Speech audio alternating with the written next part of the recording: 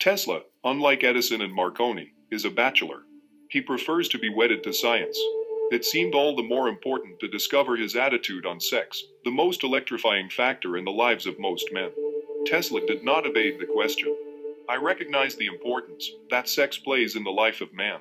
Nature has made its attraction irresistible to ensure the perpetuity of the race.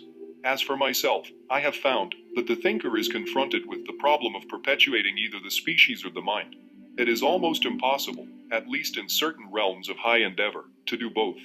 This has been recognized by the Hindus, whose adepts practice complete sexual abstinence, and by many of the great religions. Before I produced a rotating magnetic field, I concentrated all my powers upon my experiment. The strain would have killed 100 oxen. I certainly could not have survived it if I had permitted my energies to be diverted into the channels of sex. A man who has made a name for himself deliberately chooses to remain a bachelor. The world is naturally curious to know what the reasons were that impelled him to this choice. Marriage has come to be considered the natural thing for every normal man, and when some preeminent man shows a firm determination to sidestep it, everybody wonders whether his superior intelligence has revealed to him some fatal defects in the institution of matrimony which are not apparent to the average person.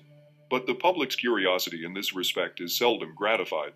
Most of the distinguished bachelors try to pass off their bachelorhood as a joke, saying that it is not a matter of choice, but because they have never been able to find a woman who would marry them.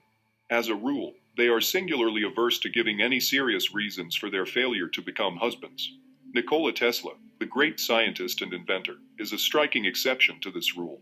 In a recent interview with a representative of this newspaper, he frankly explains why he has never married and why he probably never will marry. And in connection with his explanation, he presents some ideas about woman's freedom, and what he thinks it is sure to lead to that will be read with interest by those who agree with him as well as by the many who will not. In the past, the reason why Mr. Tesla never married was because his estimation of woman placed her on such a lofty pedestal that he could never bring himself to feel worthy of her. Now that she has, as he feels, stepped down from her pedestal and bartered all her noblest qualities for what is called her freedom, he is even more disinclined to matrimony than he was before. Although of course Mr. Tesla is too gallant a gentleman to say it in so many words, his comments let it be inferred that he thinks the new woman almost as far beneath him as the one of other days was above him. According to his views, the sex has rushed from one extreme to another of quite a different kind, and in the plunge it is left for Mr. Tesla and other bachelors who think as he does no happy medium, such as Josiah Allen's wife used to declare one of the essentials to happiness.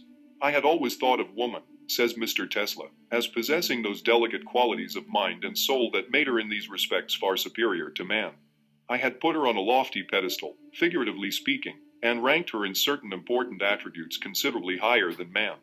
I worshipped at the feet of the creature I had raised to this height, and, like every true worshipper, I felt myself unworthy of the object of my worship.